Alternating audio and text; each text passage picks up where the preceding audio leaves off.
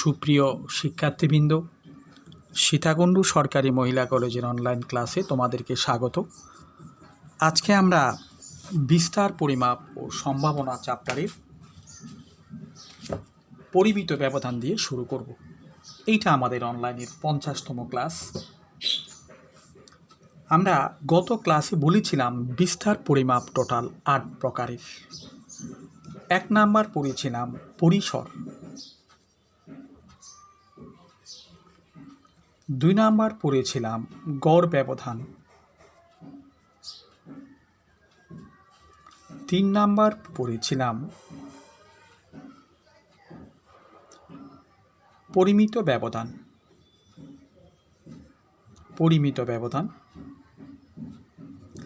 4 number পড়েছিলাম চতুর্থক ব্যবধান। এগুলো আমরা পড়েছিলাম চতুর্থক ব্যবধান। এই 4টা হচ্ছে যে অনপেক্ষ বিস্তার পরিমাপ। আরও 4টা বিস্তার পরিমাপ সম্পর্কে পড়েছিলাম, সেটা আমরা দেখলে রোমান দিয়ে লিখি। 2 নাম্বার, 3 নাম্বার, 4 নাম্বার, 5 নাম্বার। পরিসর থেকে পরিসরাঙ্ক,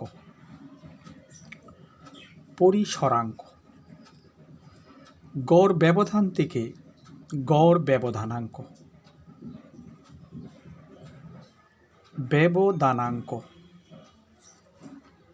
পরিমিত ব্যবধান থেকে আমরা বিভেদাঙ্ক পড়েছিলাম,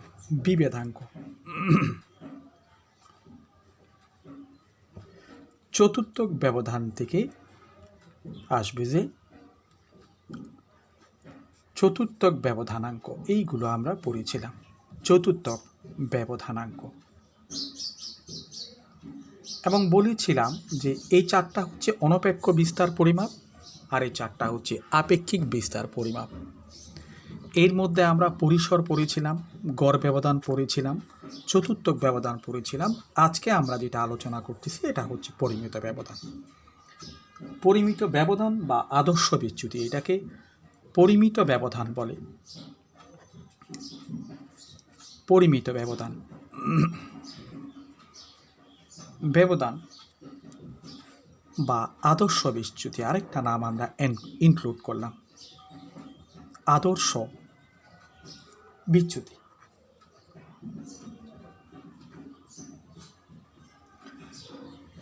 এখন দেখো, আমরা পরিমিত ব্যবধান বা আদর্শ বিচ্যুতি সম্পর্কে এখন পড়ব। আমরা যতগুলো ব্যবধান বিস্তার পরিমাপ পড়ে আসছি, তার মধ্যে এই পরিমিত ব্যবধানটায় অনপেক্ষ বিস্তার পরিমাপের মধ্যে পরিমিত ব্যবধানটাই সবচেয়ে ইম্পর্টেন্ট। পরিমিত ব্যবধানের সূত্রগুলো আমরা একটু বই থেকে প্রথমে দেখে নিতে পারি, তাইলে আমাদের কাজ করতে সুবিধা হবে। সূত্র থেকে পরিমিত ব্যবধানকে সিগমা দ্বারা প্রকাশ করা হয়। পরিমিত ব্যবধান ইকুয়াল টু হচ্ছে summation of xi square divided by n minus summation of xi divided by n whole square, এইটার বর্গমূল। তাহলে আমরা একটু খেয়াল করি, পরিমিত ব্যবধান হচ্ছে তথ্যগুলোর বর্গের গড়। xi স্কয়ার মানে সামেশন অফ xi স্কয়ার মানে কি x1 square plus x2 square plus x3 square. যদি 100টা পদ থাকে তাহলে x100 স্কয়ার। এগুলোর সমষ্টিকে n দ্বারা ভাগ, তার মানে কি বর্গের গড়। বর্গের গড় মানে তথ্যগুলোর বর্গ বের করে এগুলোর গড় বের করতেছি। তারপরেরটা দেখো, এটা হচ্ছে গড়, summation of xi divided by n। এটা হচ্ছে গড়ের বর্গ, মানে বর্গের গড় মাইনাস গড়ের বর্গের বর্গমূল হচ্ছে পরিমিত ব্যবধান। আমি কথাটা আবার একটু বলি, মনে রাখার জন্য এগুলো বলতেছি, তাহলে সুবিধা হবে, মনে রাখতে কিন্তু সুবিধা হবে আমাদের। কি বলেছিলাম যে বর্গের গড় মাইনাস গড়ের বর্গ, সেটার বর্গমূল করলে সেটা হচ্ছে পরিমিত ব্যবধান। এইটা একটা সূত্র। এটা হচ্ছে যেখানে গণসংখ্যা থাকবে না। আর গণসংখ্যা থাকলে কি হবে? গণসংখ্যা থাকলে সিগমা ইকুয়াল টু হবে summation of fi into xi square divided by n minus summation of fi xi divided by n whole square. এটা হচ্ছে ফ্রিকোয়েন্সি থাকলে, গণসংখ্যা থাকলে, আর গণসংখ্যা না থাকলে এটা। তাহলে এইটাও আগের মতো, এটা হচ্ছে বর্গের গড় মাইনাস গড়ের বর্গের বর্গমূল হচ্ছে পরিমিত ব্যবধান। এইটাও সিগমা, এটাও সিগমা। এই দুটো সূত্র মনে রাখলে পরে আমরা মোটামুটিভাবে অঙ্ক করতে পারবো। তাহলে তো পরিমিত ব্যবধান মনে রাখার জন্য একটা, যেটা আমি মনে করি আর কি সুবিধা হবে, সেটা হচ্ছে তথ্যগুলোর আগে বর্গ বের করব, বর্গ বের করে বর্গের গড় বের করব, তারপরে এমনি গড় বের করব। বর্গের গড় থেকে গড়ের বর্গ বিয়োগ করে বর্গমূল করলে সেটা হবে পরিমিত ব্যবধান। এটাকে সিগমা দ্বারা প্রকাশ করা হয়, ইংরেজিতে বলে স্ট্যান্ডার্ড ডেভিয়েশন। বাংলাতে আরও একটা নাম আমরা যোগ করছি, এটা হচ্ছে আদর্শ বিচ্যুতি। এইটাই সবচেয়ে ইম্পর্ট্যান্ট আর কি, যতগুলো অনপেক্ষ বিস্তার পরিমাপ আছে এটা সবচেয়ে ইম্পর্ট্যান্ট। এখন দেখো আমরা একটা কাজ করব, আমরা পরিমিত ব্যবধানের দুই একটা অঙ্ক উদাহরণ থেকে দেখব, তাহলে মোটামুটিভাবে পরিমিত ব্যবধান আমরা জেনে ফেললাম। দেখো আমরা বইতে আমরা দেখতে পাচ্ছি, বইতে আমরা দেখতে পাচ্ছি উদাহরণ 6। এটা করার পরে যদি আমরা উদাহরণটা দেখি তাহলে আমরা পারব। দেখো, একজন শিক্ষার্থীর কয়েকটা বিষয়ে 20 নাম্বারের পরীক্ষায় প্রাপ্ত নাম্বার যথাক্রমে 16, 12, 14, 15, 18 হলে, এটা হচ্ছে একজন পরীক্ষার্থী 20 নাম্বারের পরীক্ষার মধ্যে 1, 2, 3, 4, 5 পাঁচটা বিষয়ে প্রাপ্ত নাম্বার দেওয়া আছে। মনে করো একটা বাংলা, একটা ইংরেজি, একটা গণিত, একটা সমাজ, এই ধরনের আর কি 5টা বিষয়ের মধ্যে 20 নাম্বারের প্রাপ্ত নাম্বার দেওয়া আছে। এগুলার পরিমিত ব্যবধান আমাদেরকে বের করতে বলছে। কিভাবে বের করব আমরা একটু দেখি। আমরা জানি এখানে সূত্র এটা। কেন এই সূত্র এটা? সূত্র তো আমরা দুটো লিখে দিয়েছিলাম। সূত্র এইটা তখনই হবে যখন ফ্রিকোয়েন্সি থাকবে না, এখানে কোনো ফ্রিকোয়েন্সি নাই। ফ্রিকোয়েন্সি মানে গণসংখ্যা, নির্দিষ্ট ইন্টারভ্যালের মধ্যে নির্দিষ্ট সংখ্যা, এটা নেই। তাহলে আমরা খুব সহজে বের করতে পারবো। একটা তালিকা তৈরি করলাম। তালিকার মধ্যে প্রথম সারিতে লিখলাম যে এই 5টা বিষয়ের নাম্বার, এটা x1, এটা x2, এটা x3, এটা x4, এটা x5। 5টা বিষয়ের নাম্বার বের করে এগুলার সমষ্টি বের করলাম। কেন? গড় বের করতে হবে সেজন্যে। আবার প্রত্যেকটা বিষয়ের নাম্বারগুলোর বর্গ বের করলাম, x1 square, x2 square, x3 square, x4 square, x5 square, সেটারও আমরা সমষ্টি বের করলাম। বর্গের সমষ্টি, কেন? বর্গের গড় বের করতে হবে সেই জন্য বর্গের সমষ্টি বের করতে হলো। এবার দেখো আমরা ওই সূত্রের মধ্যে এখানে বসিয়ে দিলাম। কি বসিয়ে দিলাম? এখানে বসিয়ে দিলাম যে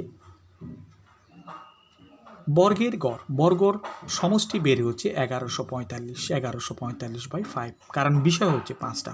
বর্গের গড় মাইনাস গড়ের বর্গ, গড় মানে সংখ্যাগুলোর সমষ্টি 75, 75কে 5 দ্বারা ভাগ করলে গড় চলে আসবে। গড়ের বর্গ মানে 75/5 হোল স্কোয়ার। এটাকে ক্যালকুলেশন করার পরে যেটা আসছে সেটা হচ্ছে পরিমিত ব্যবধান।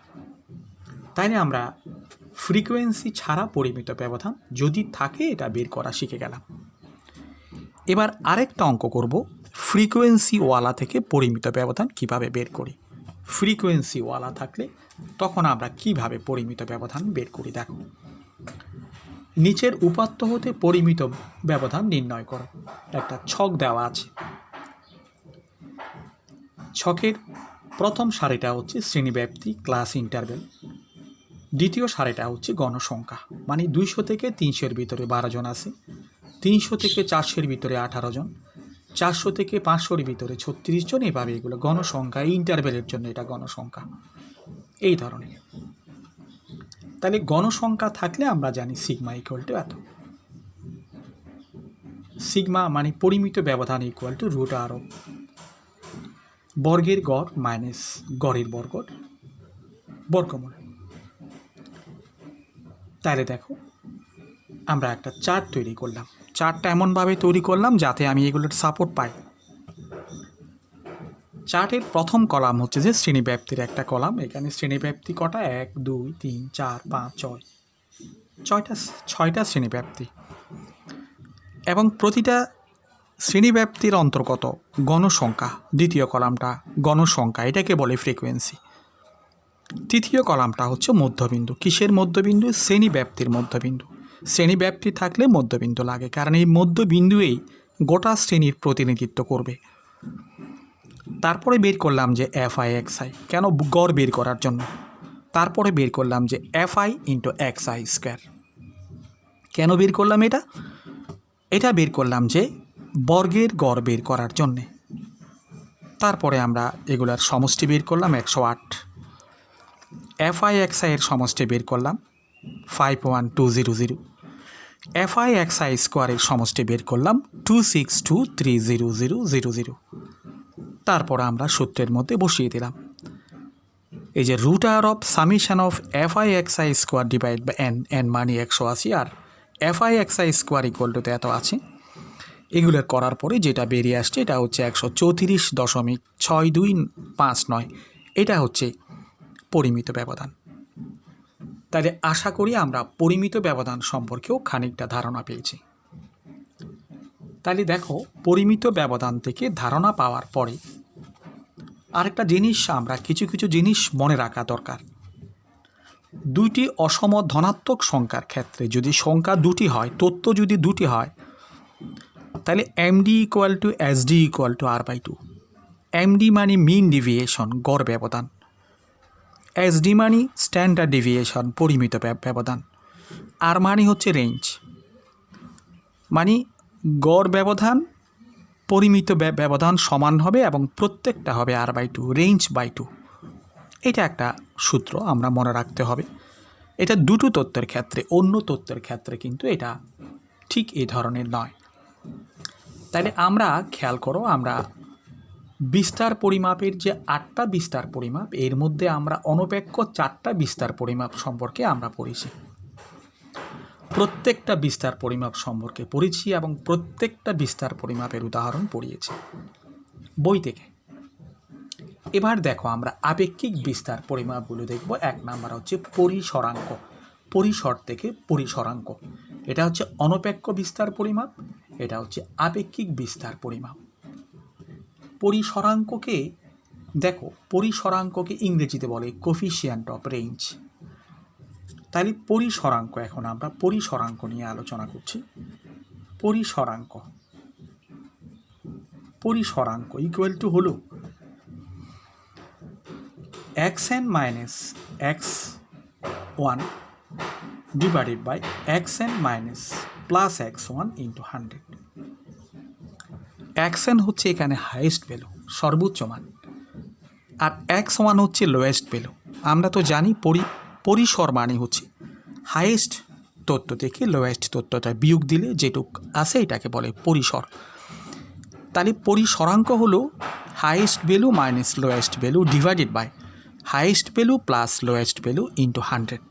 এটা হচ্ছে পরিসরাঙ্কের সূত্র। তাহলে এইটা দিয়ে আমরা অঙ্ক করতে পারবো। এগুলো খুব একটা আসে না, পরিসরাঙ্ক কিংবা পরিসর খুব একটা দরকার নাই, আমরা বুঝে গেছি। এত সহজ যে এগুলো পরীক্ষাতে একদম প্রাথমিক পর্যায়ে হয়তো আসতে পারে, দরকার তবে জানা থাকতে হবে। জানা থাকতে হবে পরিসরাঙ্ক equal to highest value minus lowest value divided by highest value plus lowest value into 100। এটি হচ্ছে পরিসরাঙ্ক, কোফিশিয়েন্ট অফ ভেরিয়েশন। এটা হচ্ছে পরিসরাঙ্ক। এবার দেখো, আমরা বের করব গড় ব্যবধানাঙ্ক। আচ্ছা, পরিমিত ব্যবধানাঙ্কের পরে এবার আসবে আমাদের গড় ব্যবধানাঙ্ক। এই আপেক্ষিক বিস্তার পরিমাপগুলো থেকে অনপেক্ষ বিস্তার পরিমাপগুলো ইম্পর্টেন্ট, পরীক্ষাতে আসে মোটামুটি এইগুলো, গড় ব্যবধান, পরিমিত ব্যবধান, এইগুলো আসে। আর আপেক্ষিকগুলো তেমন একটা আসে না, আমরা অঙ্ক করতে গেলে বুঝতে পারবো। এখন দেখো, গড় ব্যবধানাঙ্ক, গড় ব্যবধানাঙ্ক মানে আপেক্ষিক বিস্তার পরিমাপের 2 নাম্বারটা, গড় ব্যবধানাঙ্ক। এটাতে ইংরেজিতে বলে coefficient of mean deviation. Coefficient of mean deviation equal to হচ্ছে গড় ব্যবধান ডিভাইডেড বাই গড় মান ইন্টু 100। এটা হচ্ছে গড় ব্যবধানাঙ্ক। মানে এমডি মানে গড় ব্যবধান, আমরা এখানে লিখতে পারি গড় ব্যবধান গড় ব্যবধান ডিভাইডেড বাই গড় ইন্টু 100, এটি হচ্ছে গড় ব্যবধানাঙ্ক। সূত্রটা জানা থাকলে পরে হবে, কারণ আমরা গড় ব্যবধানটা আমরা জানি মিন ডেভিয়েশন, তো গড় ব্যবধান বের করতে পারলে সেটাকে গড় মান দ্বারা ভাগ করে 100 দ্বারা গুণ করলে এটা হচ্ছে গড় ব্যবধানাঙ্ক। এইটাও পারা যাবে। গড় ব্যবধান তো আমরা বের করে আসছি, গড় ব্যবধান পেলে গড় ব্যবধানাঙ্ক কোনো বিষয় নয়। এইবার দেখো আমরা যেটি করব এটা হচ্ছে বিভেদাঙ্ক। বিভেদাঙ্ক এই ধরনের,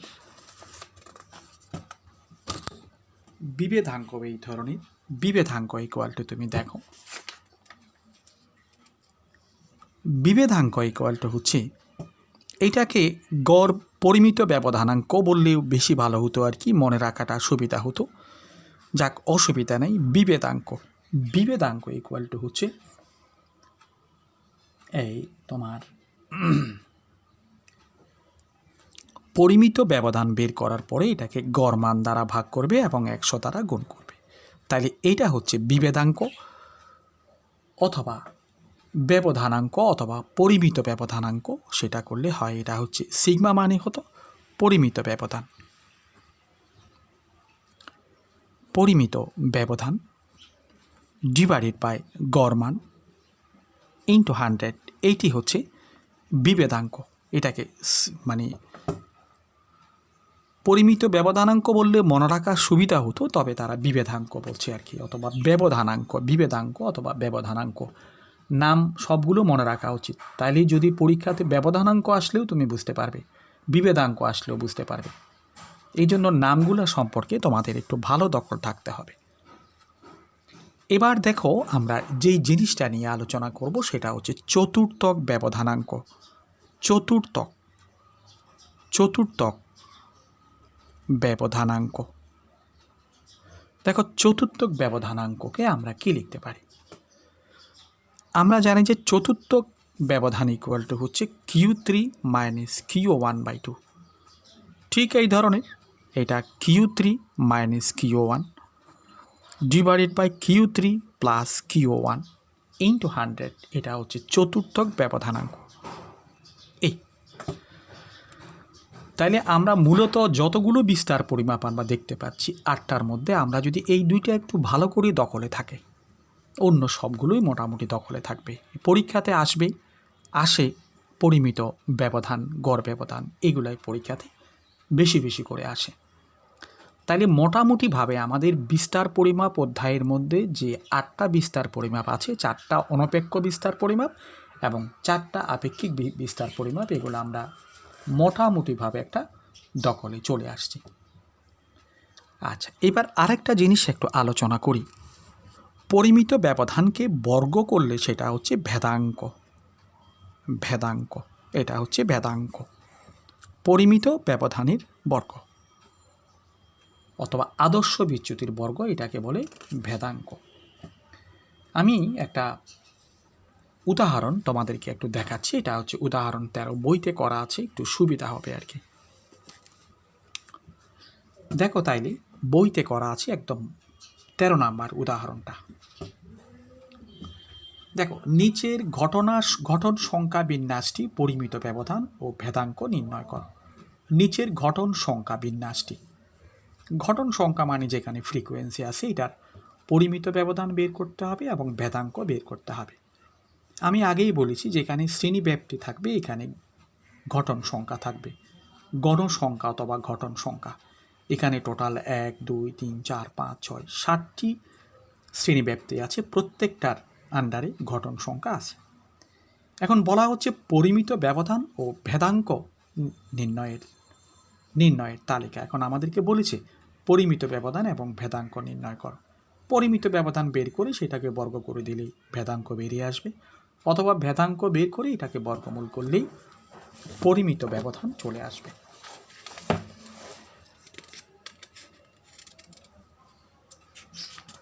দেখো তাইলে আমরা এটা একটু দেখি,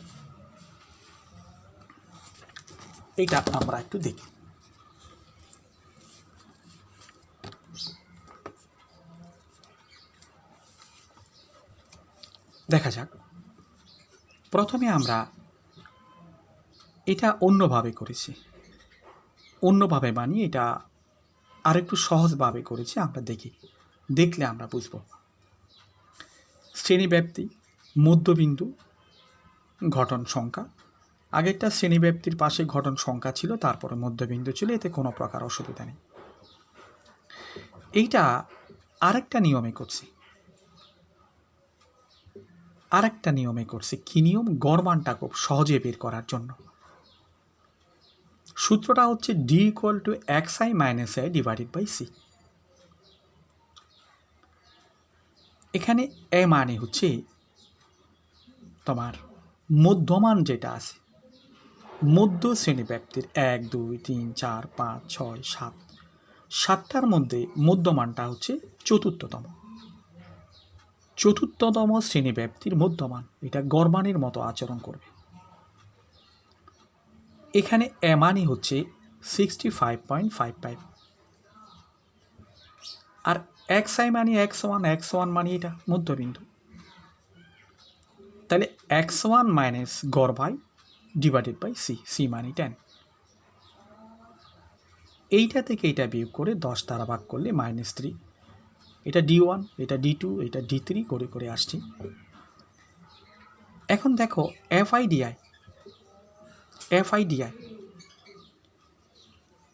F হচ্ছে ফ্রিকোয়েন্সি আর D হচ্ছে আমরা যেটা পেলাম এটা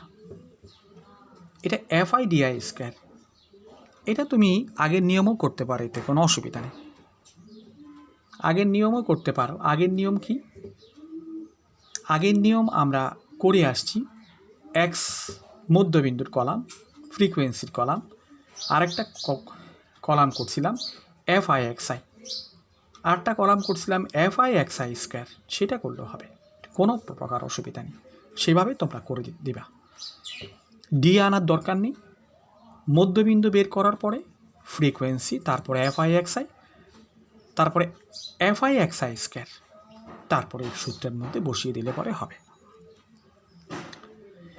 পরিমিত ব্যবধান বের করার পরে সেটাকে বর্গ করলে এটা হবে ভেদাঙ্ক। আশা করি তোমরা পারবে। এই নিয়মটা না করো, আমরা যেটা শিখছি সেভাবে করো। উদাহরণ যেটা করিয়েছি পরিমিত ব্যবধানের ঠিক সেভাবে করো। সেখানেও শ্রেণীব্যাপ্তি ছিল, মধ্যবিন্দু ছিল, ঘটন সংখ্যা ছিল, সুতরাং পারার জন্য কোনো অসুবিধা থাকার কথা নয়। এবার দেখো, প্রথম n সংখ্যক স্বাভাবিক সংখ্যার গড়, ভেদাঙ্ক, বিভেদাঙ্ক নির্ণয় করো। এটা চট্টগ্রাম বোর্ডে 16 সালে আসছিল। তাহলে আমরা আবারও দেখি, প্রথম n সংখ্যক স্বাভাবিক সংখ্যার গড়। স্বাভাবিক সংখ্যা মানে কি? 1 2 3 4 এগুলো স্বাভাবিক সংখ্যা। প্রথম n সংখ্যক স্বাভাবিক সংখ্যার গড় বের করতে বলা হচ্ছে গড়। ভেদাঙ্ক বের করতে বলা হচ্ছে ভেদাঙ্ক ও বিভেদাঙ্ক। ভেদাঙ্ক হচ্ছে বিভেদাঙ্কের বর্গ মানে সিগমা স্কয়ার, আর বিভেদাঙ্ক হচ্ছে তো পরিমিত ব্যবধান সিগমা। এই তিনটা জিনিস আমাদেরকে বের করতে বলা হচ্ছে। দেখো তাইলে প্রথম n সংখ্যক স্বাভাবিক সংখ্যা মানে 1 2 3 4 করে করে n পর্যন্ত। আমরা এগুলোর সমষ্টি আমাদের মুখস্থ আছে।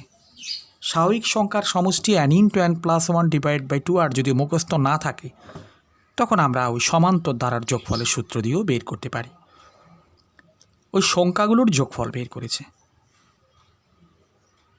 তারপরে আমরা জানি যে গাণিতিক গড় ইকুয়াল টু সংখ্যাগুলোর যোগফলকে সংখ্যা দ্বারা ভাগ, সংখ্যা কটা n সংখ্যক দ্বারা ভাগ করলে গড় মানটা বেরিয়ে আসছে। গাণিতিক গড় আমরা পেয়ে গেলাম। এবং ভেদাঙ্ক মানে সিগমা স্কয়ার, পরিমিত ব্যবধানের বর্গ, ইকুয়াল টু দিস। এটা কি জিনিস? বর্গের গড় মাইনাস গড়ের বর্গ।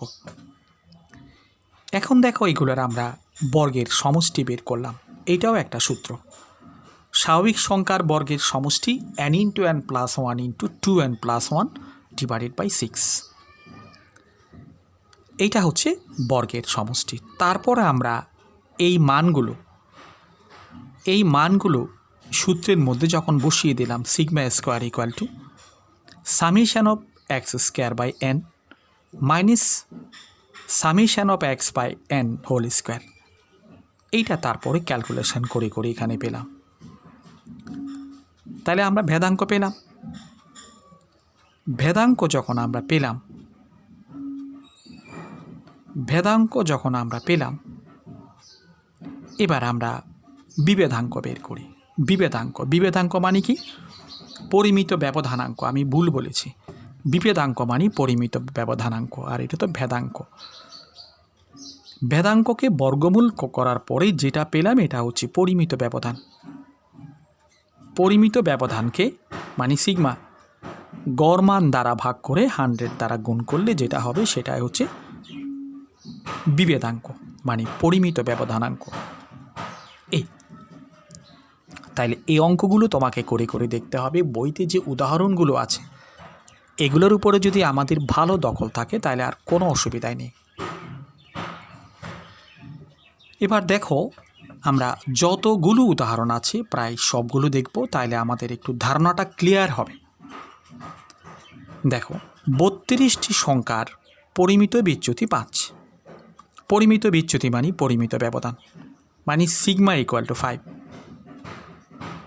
n equal to 32।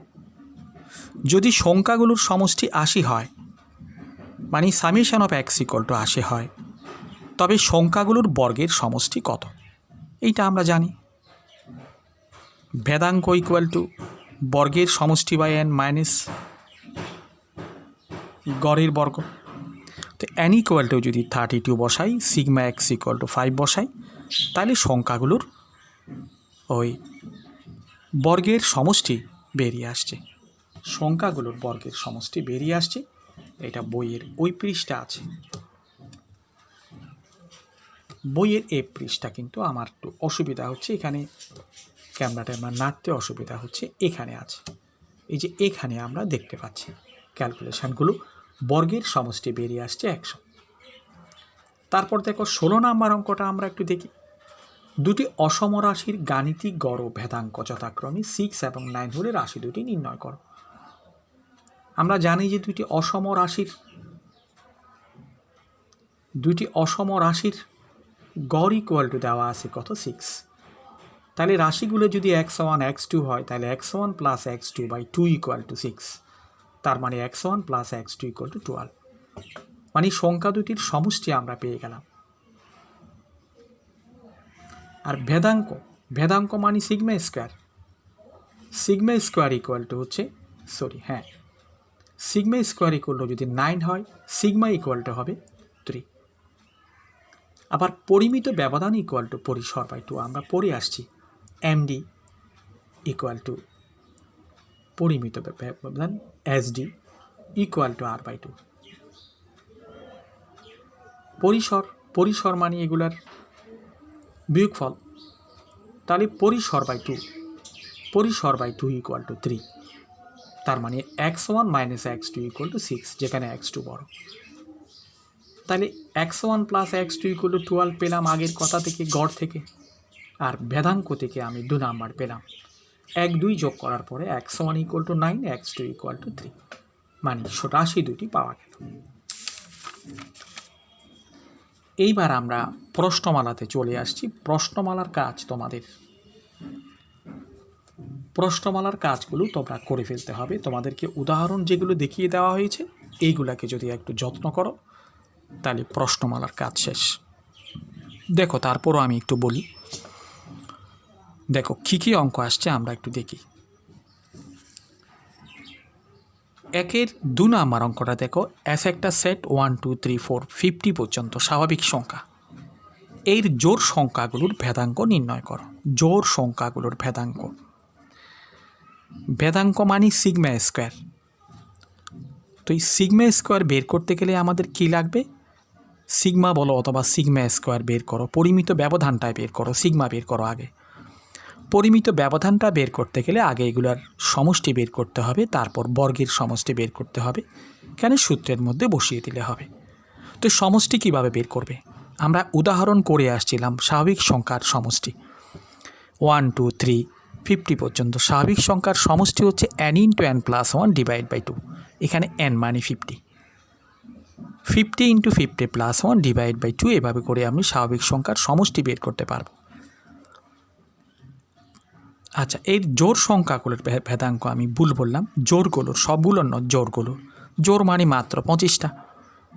2, 4, 6, 8, 10, 12 করে 48 পর্যন্ত 25টা আমরা পারব। এবার দেখো 1, 3, 4, 5, 7, 9, 20 এগুলোর পরিমিত ব্যবধান বের করতে বলা হচ্ছে। তাইলে আমরা এগুলোর গড় বের করব, বর্গের গড় বের করব। বর্গের গড় থেকে গড়ের বর্গ বিয়োগ করে বর্গমূল করলেই তাইলে এগুলোর মান বেরিয়ে আসবে। ঠিক আছে, আজকের ক্লাস আমাদের আপাতত এই পর্যন্ত থাক। তোমাদেরকে ধন্যবাদ।